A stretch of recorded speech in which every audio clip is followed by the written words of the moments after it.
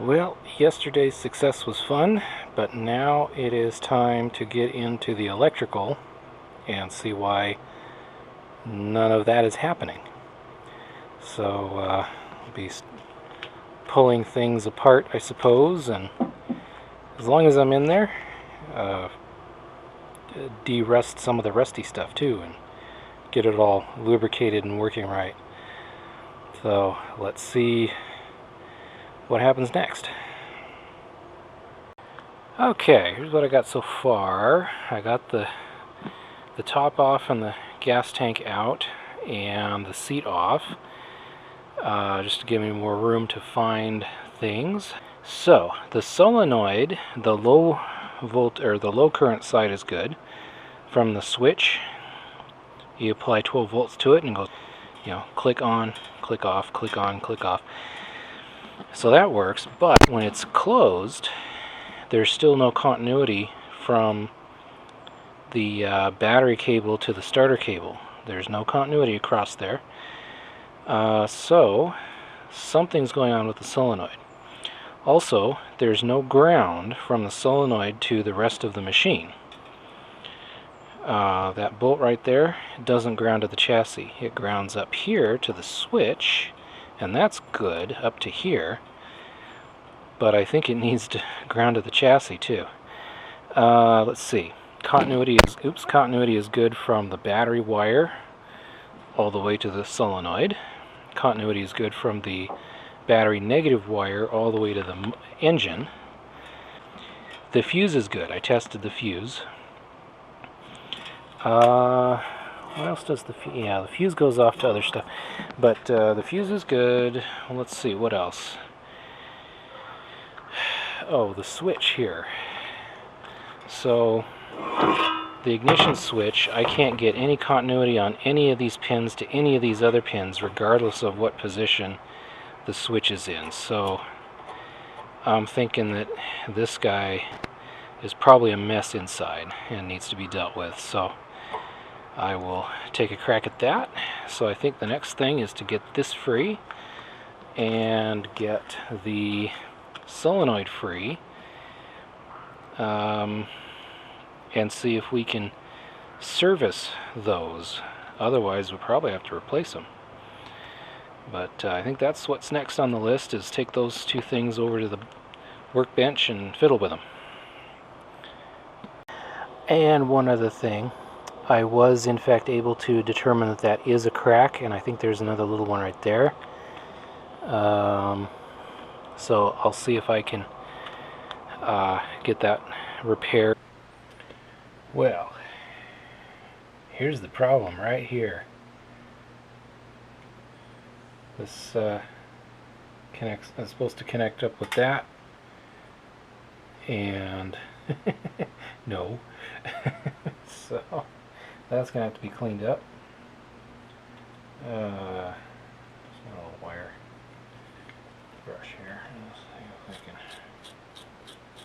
Yeah, that'll clean up okay. So that's the solenoid. So I've got two big contacts. Go there and there.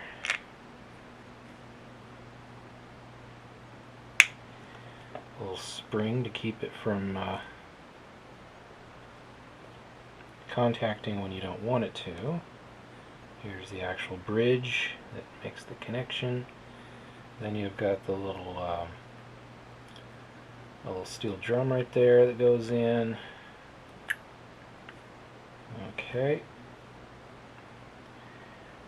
And so there's your little plunger there, plunger action, and then you've got your magnetic coil. Okay, so we got positive and negative. Negative hooks to this little plate here. There's another little plate that goes there, an insulator.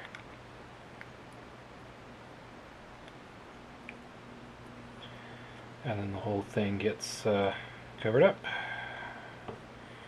So I'm going to clean this stuff up. Oh shoot, this is the thing that actually, this is the core that actually pushes down on the thing. I don't want to forget that. Otherwise nothing will happen. But yeah, drilled out four little rivets, and apart it came. So the switch, I cleaned up all the contacts. I pulled it apart and cleaned the contacts on the inside. It appears to be working better. That might be working now.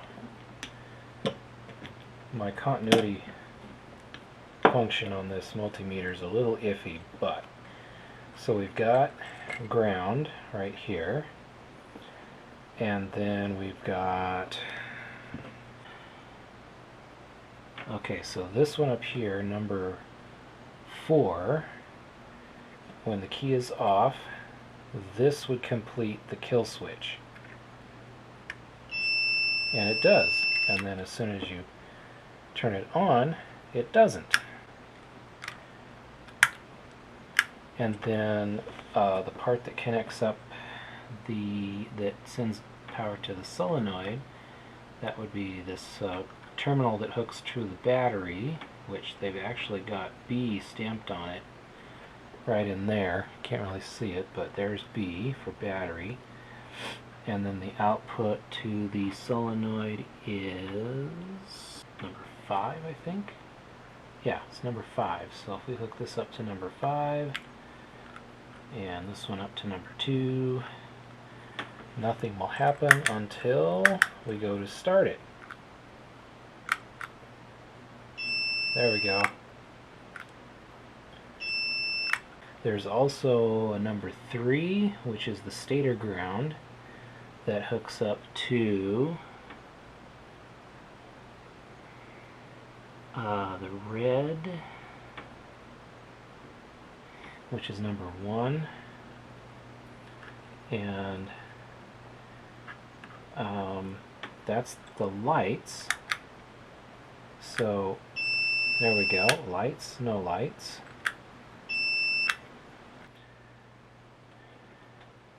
Anyway, this is, I don't know if this will show up, but there's a diode on the red wire and no diode on the black wire, but it's still labeled as there's red DC output and there's black AC output. So I think what's happening is there's an alternating current going into 3 through the light bulbs and then back to 1, and I think that is like, I don't know.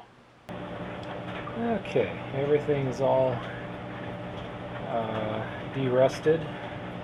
Everything still looks a little crusty, but the rust is gone. I put it in the chelator, not the acid, so even the key is just damaged plating, but not, well, there might still be a little bit of rust there. It doesn't matter. Anyway, the point is, I enlarged these holes so I can put some little short bolts through instead of having to re-rivet it. That way it can be taken apart again if it ever needs repair again. So, okay, shall we give it a try? We've got negative here, positive here, and then that's the low current end, and then the high current end over here that connects the battery to the starter. We've got our continuity tester, so it's off.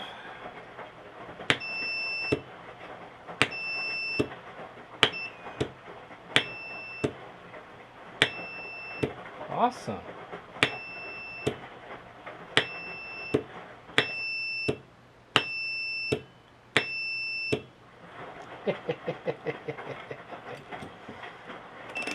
And I think I need a new battery for my multimeter. But this guy is now good as new. So Okay, well, I'm still getting nothing from the battery terminals to the starter. So this is the PTO switch, and this checks out good. So it's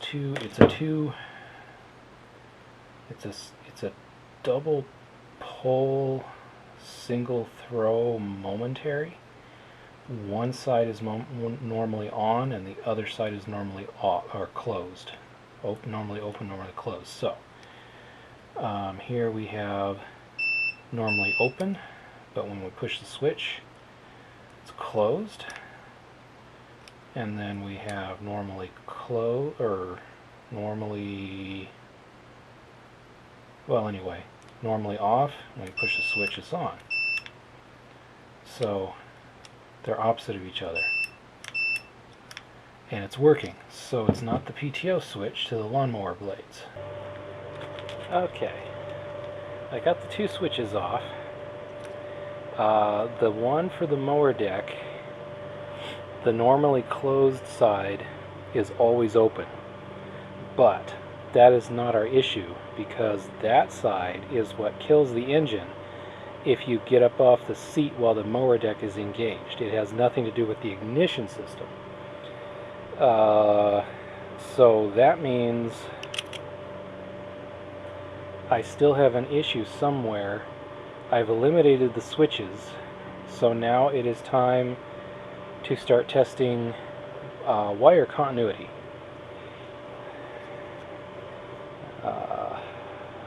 So let's get started.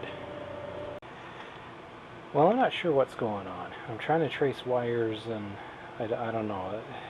It's not making any sense to me. But what I did do is I went ahead and bypassed all that whole orange safety circuit, and plugged the positive of the starter solenoid directly into the key switch, so that the two safety switches don't count. And it works. So there's definitely something going on in the safety system. So I'll have to figure out what's going on. Okay, I got it all working. So battery boosters on where the battery normally goes. These two switches have to be closed while we turn the ignition switch. And if either one is not, or both aren't, nothing happens. But if both are,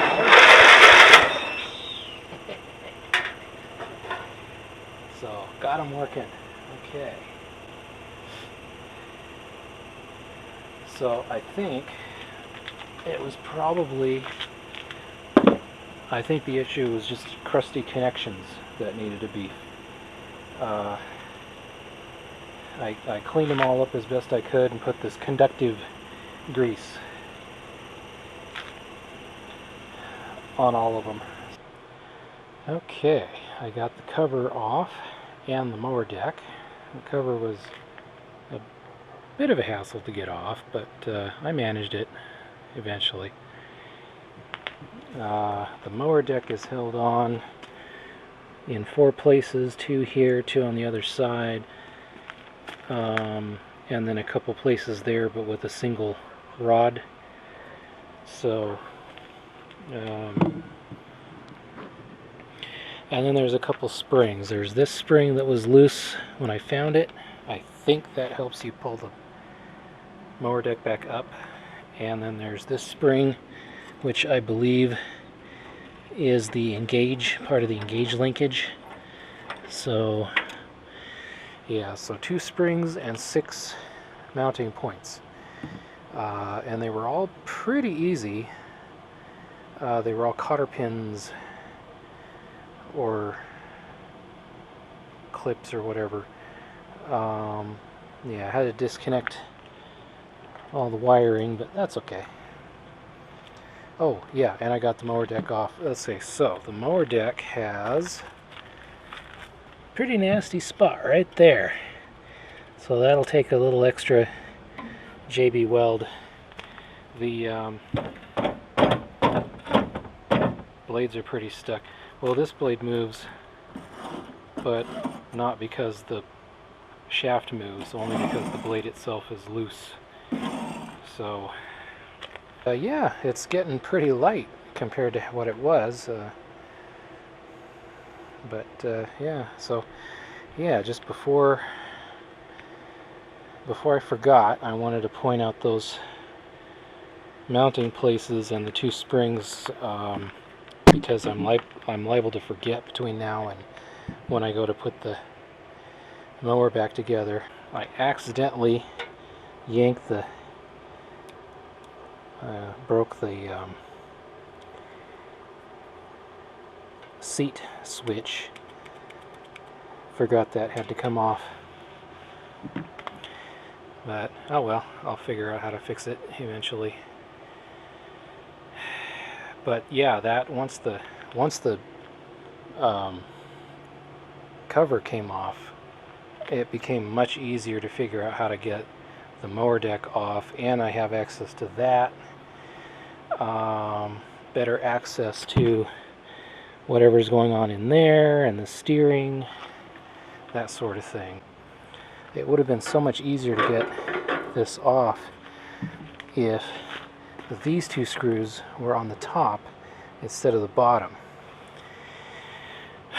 So I may modify that somehow. We'll see. So I got plenty of work to do.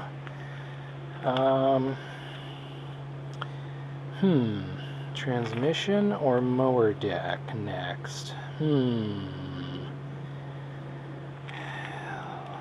Let's do the transmission. I think I'll do the transmission. So if we can at least get it to move and run around and, you know, go and stop, then I can figure out the mower deck later. That is that for now. I will come back another day and do some more damage.